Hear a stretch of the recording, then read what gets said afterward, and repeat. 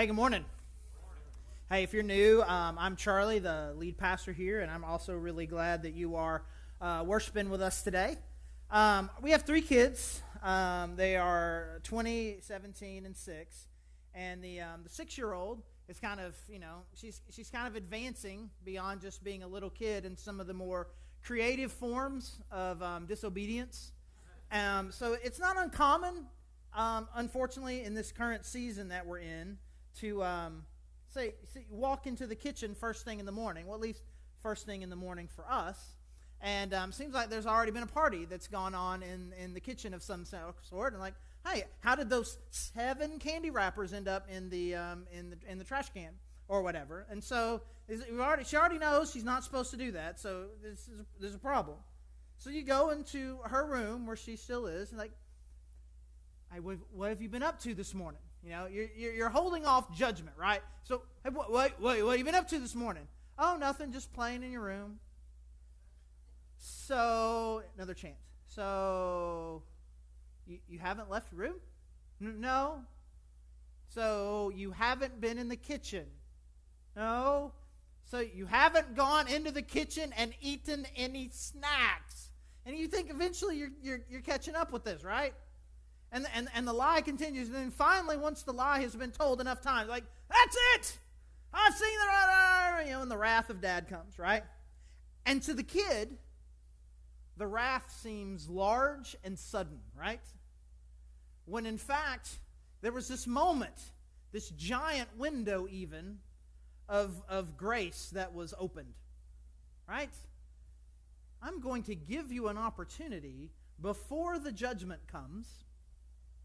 There's a window of maybe we'll call it pre-repentance. I don't know, an opportunity for you to own up to what you've done. Maybe let's mitigate this judgment here a little bit. And so it may seem sudden, it may seem too strong, but there's this grace all along the way of, I'm going to give you an opportunity before the judgment comes for you to make this thing right at what you've done. So here's the deal. I think we've gotten to this place where we read some of these stories in the Old Testament. We read some of these stories in the Old Testament, and what we see, the only thing that kind of jumps out us on the page is what feels like overwhelming harsh judgment from God. It's like, whoa, that seems severe. He took out that whole town. What was going on? I mean, it's like, and so we get this picture in our mind that the Old Testament God is really, really mean. This God's mean. And then we contrast that and we decide, we read the Gospels like, Jesus is nice. And what I would like to suggest that Jesus is not as sweet as what you think he is. Maybe you should just go back and reread it a little bit. He's got some harsh things to say to a lot of different people. But for today, I want us to recognize, and we're going to look at a pretty significant story here, that the God as he's described in the Old Testament, God, he's not quite as severe and harsh, I think, as we make him out to be. Because even in these moments of judgment, we see God acting in ways that demonstrate this compassion. Because I think beginning to end in the Scriptures, what we see in God is a God who is always calling and drawing people to himself. So last week, we kind of started this series called Archives. We're kind of looking at some of these different stories all throughout. We're kind of taking just like 5 of them in chronological order that I think can help put some pieces together for us in the big picture story of the Bible, or maybe kind of help us shape who we are, or who God is a little bit better than maybe what we have. And last week, we looked at the Tower of Babel. Tower of Babel, God called everyone to spread out so that the world could be full and have this rich diversity all over everywhere. But they chose to not do that. They decided that they were going to cluster together. And so God did in one moment what should have taken a long time, which is to spread everyone out and to fill the world with rich, diverse cultures, which has wrongly led some people to think that diversity was a punishment, when in fact it was God's value all along. And the richness of diversity of people and cultures and language and races was always God's plan A.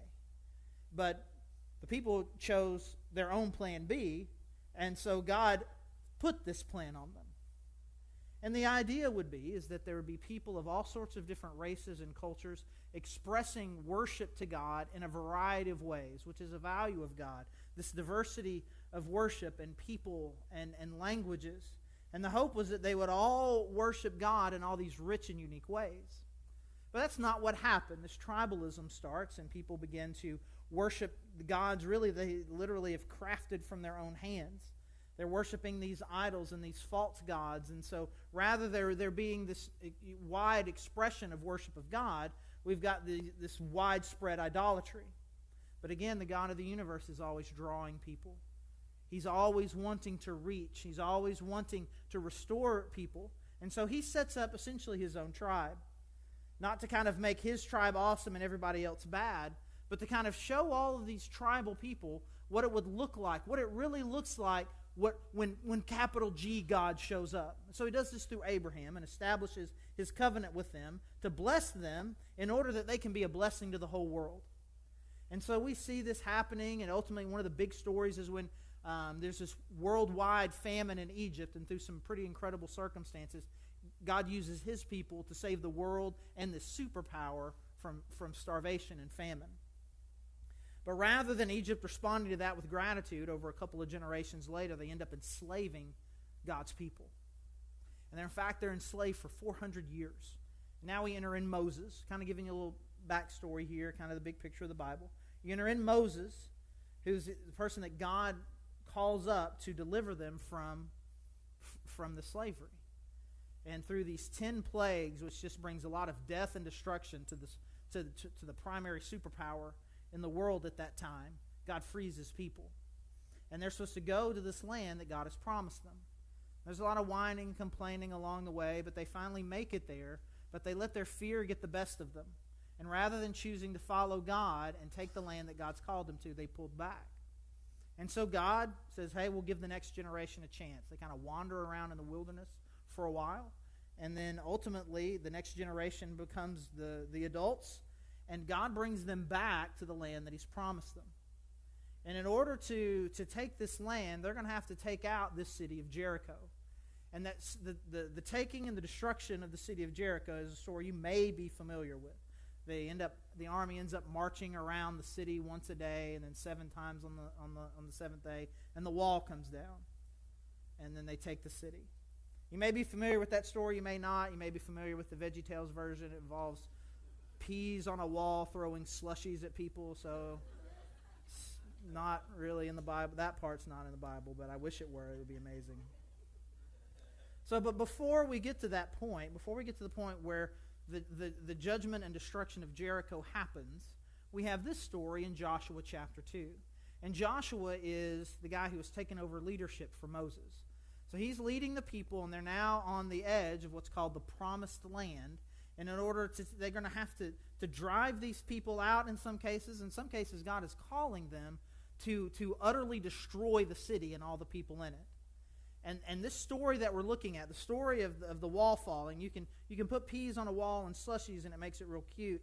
Or you can say they conquered the city and leave it at that and it becomes real cute. But actually it's a devastating story, and one of the most troubling stories in the Bible, I think, where essentially God tells his people to kill everyone in the city, which seems overly harsh. And when you think about it, it can really be paralyzing to you and to your faith, and makes people kind of question who God is. But I think that if we focus too much on that story and we lose the picture of what it is that God has been doing and is doing for some time, I think if we can do that, we get a better picture of not only what God did in that circumstance, but what God is trying to do in all of our lives. And so we find ourselves again here. They're on the brink here, and Joshua chapter 2, Joshua is coming up with the plan of what they're going to do. Verse 1 of Joshua chapter 2. Then Joshua son of Nun secretly sent 2 spies from Shittim. Go look over the land, he said, especially Jericho. So they went and entered the house of a prostitute named Rahab and stayed there. We just stop here right now. Growing up, I always joke, there's like 52 stories in the Bible apparently, and we would just hear them every year. They would just rotate them. We talk about the story in that. But we just kind of seem to pass over the point of these spies get sent to go scope out the land, and their first thought was, dudes, you know where we should totally stay. Right? We just go past that. Like we're just gonna pretend these God's people here. This is what we're doing, right? It's just it's strange, and I was reading some this week, and people say, well, it's because that would be the place where the powerful people would be least likely to find them, which in fact probably isn't true, right? I mean, it's probably where they would most likely be able to find them. And we're going to see, like, discover right here, the king knew right where they were. Hey, the king and the spies are at the prostitute's house. Like, how's the king know, right? And so it's interesting. It's just an interesting part of the story. But that's the thing that I love about the Old Testament. They're not glossing over the ugly parts. We do. We pretend they're not there. But the Bible doesn't. So here they are. This is the spies' plan. We're going to save this prostitute, but then you're going to see God do something amazing. Verse 2, the king of Jericho was told, look, some of the Israelites have come here tonight to spy out the land. So the king of Jericho sent this message to Rahab. Bring out the men who came to you and entered your house, because they have come to spy out the whole land. But the woman had taken the 2 men and hidden them.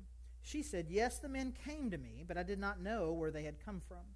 At dusk, when it was time to close the city gate, they left. I don't know which way they went. Go after them quickly. You may catch up with them. But she had taken them up to the roof and hidden them under the stalks of flax she had laid out on the roof. So the men set out in pursuit of the spies on the road that leads to the fords of the Jordan. And as soon as the pursuers had gone out, the gate was shut. Before the spies lay down for the night, she went up to the roof and said to them, I know that the Lord has given you this land, and that a great fear of you has fallen on us, so that all who live in this country are melting in fear because of you. We have heard how the Lord dried up the water of the Red Sea for you when you came out of Egypt, and what you did to Sihon and Og, the 2 kings of the Amorites east of the Jordan, whom you completely destroyed.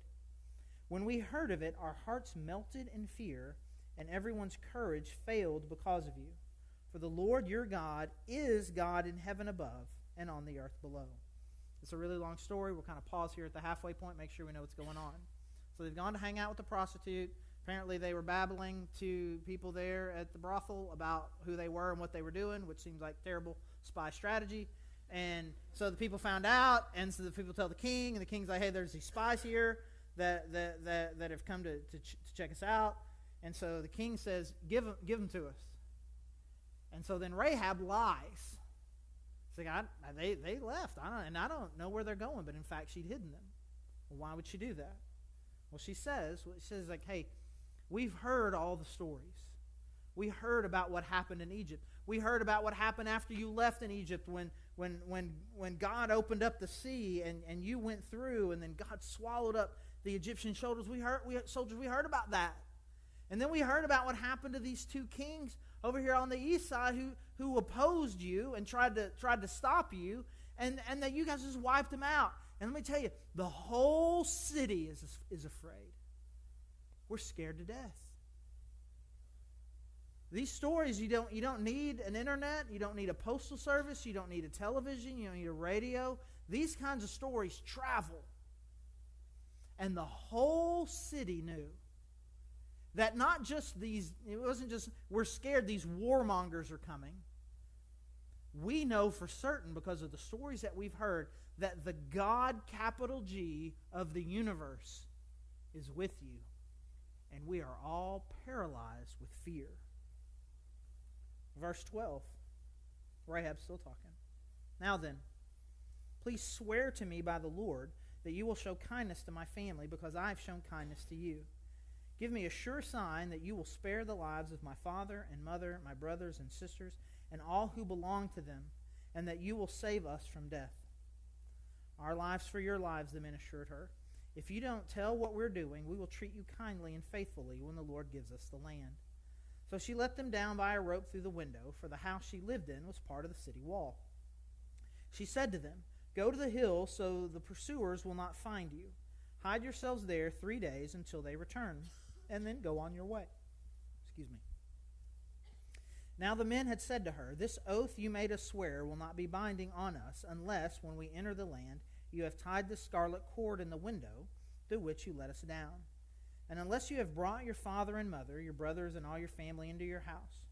If any of them go outside your house into the street, their blood will be on their own heads. We will not be responsible. As for those who are in the house with you, their blood will be on our head if a hand is laid on them.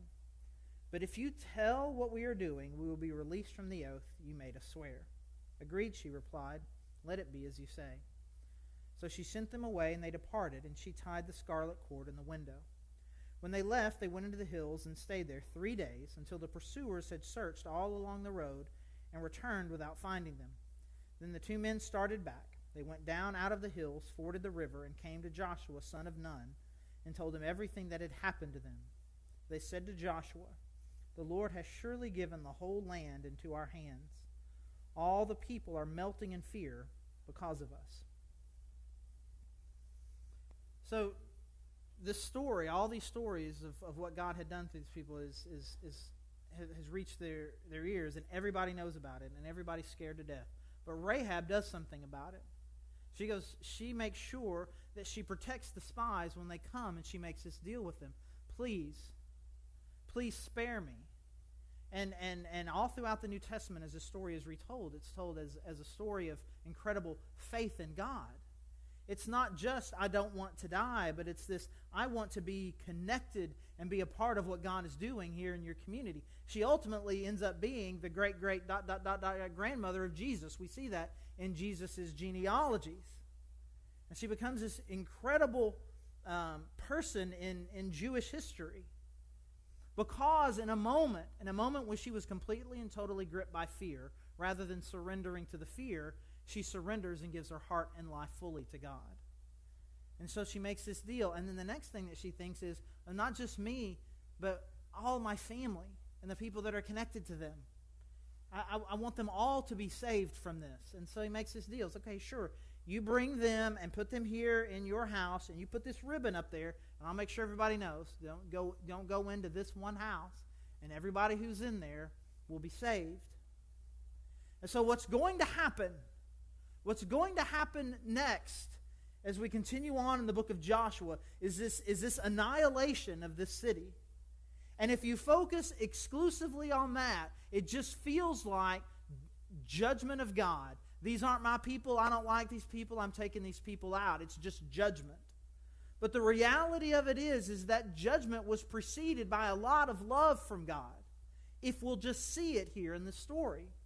In fact, we'll just say it this way, that God's judgment is always preceded by overwhelming grace. Always. Now, we talk about grace, we're talking about the compassion of God that you don't deserve. With that closely goes the idea of mercy, which is probably a better word here maybe. Mercy being the withholding of punishment out of compassion and love. And so you could skip ahead to the judgment, but look at what God has already done. It has been, let's just say it's been about 50 years since the Red Sea happened and God consumed the Egyptian army. It's been about 50 years.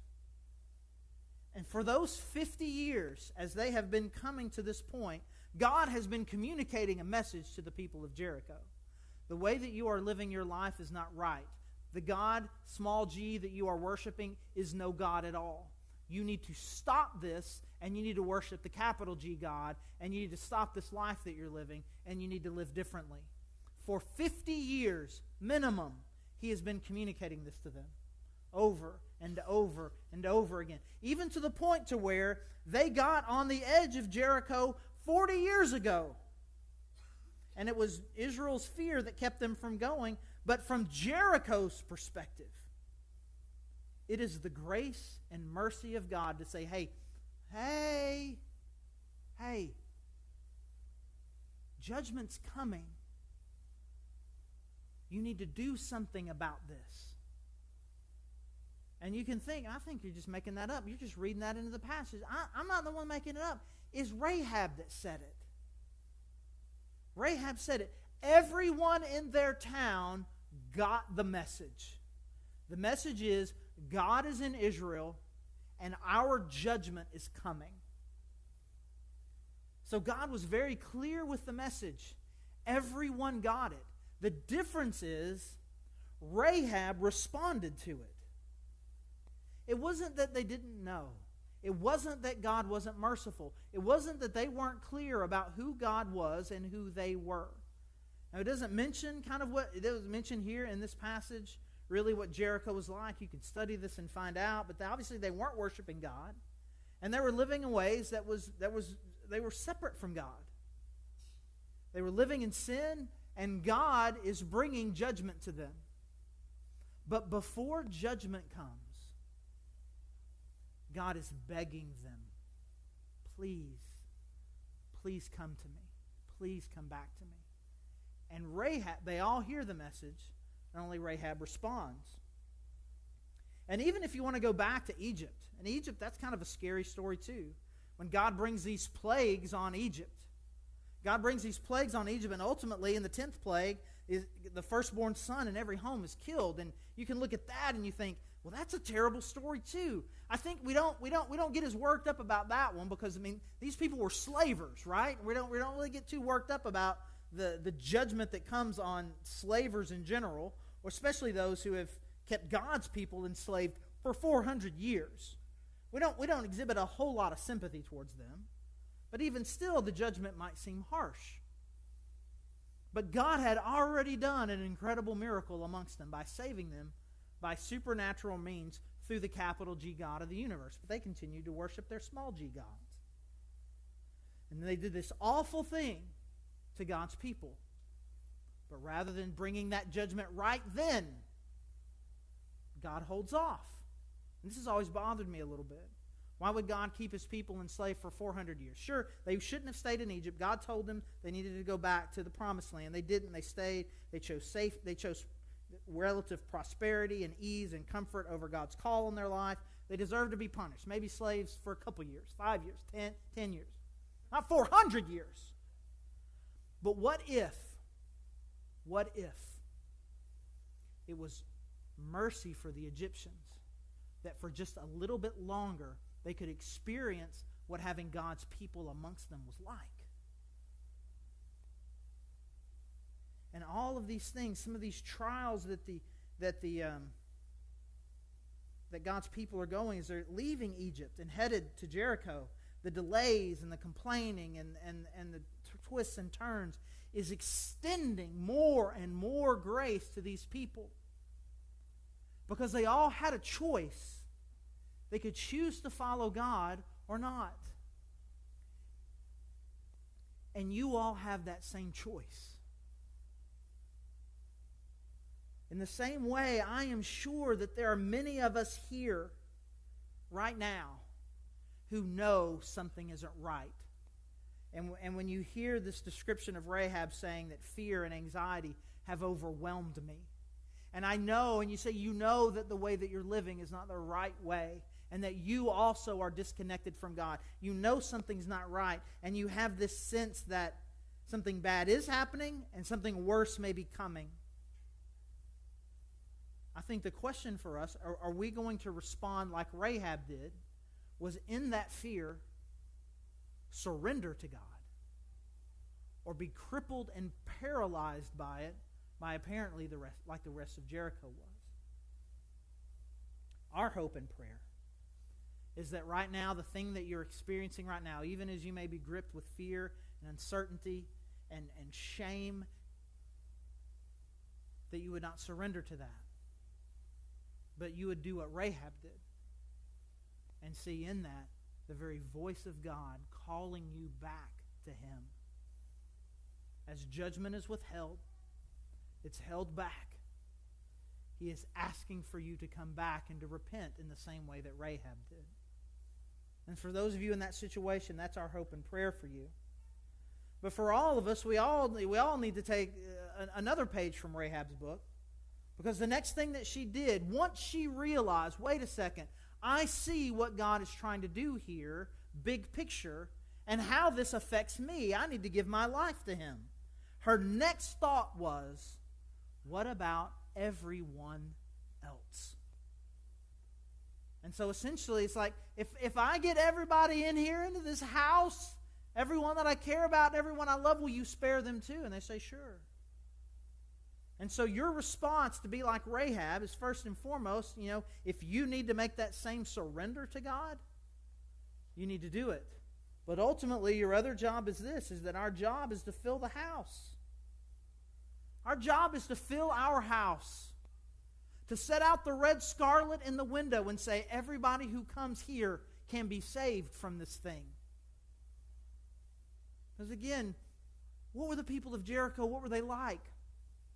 They were overwhelmed with fear, overwhelmed with anxiety, and realized them individually and as a culture had destroyed themselves, and the judgment of God was coming. They did not have to be convinced. Their problem was not, they lacked an awareness of the problem. That was not their issue. Awareness was not the issue.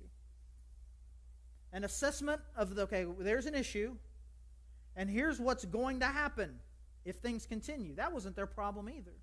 Their problem was simply their response. They surrendered to the fear. And I'm telling you, we as God's people have an opportunity now that may not have been true for a long time for us. You don't have to work real hard to go to people and say, you think the world's broken? Are you crippled with fear and anxiety about the future? Are you hurting and broken? Are you aware that people's choices are through our choices, we're destroying ourselves? We don't have that problem. People know. But how did the people of Jericho respond? Well, a lot of them responded with kind of a blind, hopeless hope of, well, maybe they'll turn back again. Or maybe they're trying to come up with their own solution to the problem. When they were the problem, it was your ideas and plans that got us here, and it's not your ideas and plans that are going to get us out of this. They're going to continue to rely on themselves. Maybe they're just going to hope it just goes away, or maybe they're just going to completely surrender to fear, which is what people everywhere always are doing. Maybe it won't happen. Cross your fingers. Maybe if we just it'll all work out. Or maybe you just surrender in hopelessness. And all around you there are people like that God is calling you to come to and give the message of hope and life through Jesus to them. It's real interesting. I think the call it foreshadowing of the crimson could have been any color in the world.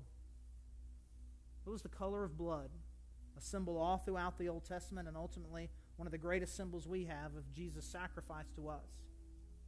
That they were going to be saved by coming to where the crimson was, which is the exact same opportunity that we have and the same opportunity that we need to be giving to the people around us. I think Rahab made the decision she did different than everybody else because she knew in that moment she didn't have anything left to lose. Her life had hit rock bottom a long time ago. There's no way at 5, 6, 7 years old that this is where she imagined where her life was going. And she was at the end of herself. And then being at the end of herself, she was humble and responsive and ready. And that's where we need to be. I'm not going to keep looking to myself for more solutions. I'm not going to close my eyes and hope it all goes away. But I'm going to fully trust in God and bring that hope to those around me so that the house will be full. We've worked really hard over these last several years to create an environment here in this church that we'll just call it safe. That you can hear messages about judgment and sin and destruction and not feel that we're not trying to hurt you. We're trying to bring hope and life to you. That no matter what your background is, no matter what sin it is you're bringing with you, no matter who you are, no matter who you were, that you can come here and safely and with love hear a message of hope and life. That's the kind of church that we're trying to be. Our prayer is that will also be how your life is. That the people around you who have surrendered to fear and anxiety and hopelessness and only have destruction and more despair in their future, that they would see in you safety and hope and life. And guess what? You can just bring them here. And we together, we can partner. You can be confident that most weeks they're going to hear a plea about what it means to be restored in life with God through His Son Jesus. And you can build this relationship of bringing them into your house to help them know and have life with God through Jesus Christ. So as we worship and respond, I just encourage you, if you are still in a place where you would say that the characteristic of your life is fear and hopelessness, anxiety, that you would do what Rahab did and respond with surrender. That's what the death of Jesus Christ does. It was given for you so that you could be restored into a relationship with God. That you would just surrender to that rather than continuing to surrender to fear. I pray that you would do that. Don't wait. Don't wait till you lose the next thing. Don't, well, maybe this one thing will turn around. Maybe this, maybe this, maybe this, maybe this. Do it now. Don't wait. And I just pray for all of us that you would just ask God, God, who are the people in my life that you would want me to reach out to? And then pray that God would give you an opportunity. And it'll be really interesting if you were to do that. God, show me some people and give me the opportunity. You're going to surprise yourself. God's going to surprise you. We'll say it this way. God's going to surprise you by answering that prayer. I was just praying for this person just the other day at church on Sunday, and then ... they just showed up randomly here at Tuesday. That's weird. No, it's not weird. It's what I prayed for. Because the God of the universe who is extending mercy and grace everywhere, He cares about these people more than you do, and He is desperately trying to draw them into the house. And it's a great, amazing privilege to be used by God in such a situation. So let's just all pray together. As always, there's the prayer team back there that would love to pray with you. If you need some help kind of shouldering some of the burdens you brought here with you today, there's communion available. There's prayer candles. You can pray at the cross. We have an opportunity to give back to God. And it's an incredible, awesome thing that we get to do. We get to give. We pool our resources, and God continues to create this incredible safe place where people are finding hope and life through Jesus Christ. So I encourage you to continue to make that a priority in your life as we join together in this awesome thing that God's called us to. But let's respond to God with prayer and watch Him do awesome things in our lives and in the people around us. Let's pray.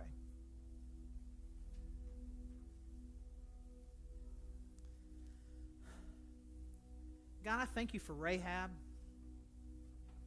God, what an incredible story. God, I thank you for her courage. I thank you for her wisdom, and I thank you for her insight. And God, I thank you that it came from an unexpected place, and that we see in her wisdom and humility and a willingness to surrender. And God, I pray that we would do the same. That we would trust in your Son and the life that He offers. And God, I pray that you would give us Rahab's heart of compassion as well. That our first thoughts would always be, what about the people around me? What about the people who don't have any hope? What about the people who don't know? That God, that you would give us eyes to see the hurting of those around us and to make a difference. God, I thank you for everyone here, and I just pray that you would be drawing us all closer to you. And we thank you for your Son who makes it all possible. And it's in His name that we pray. Amen.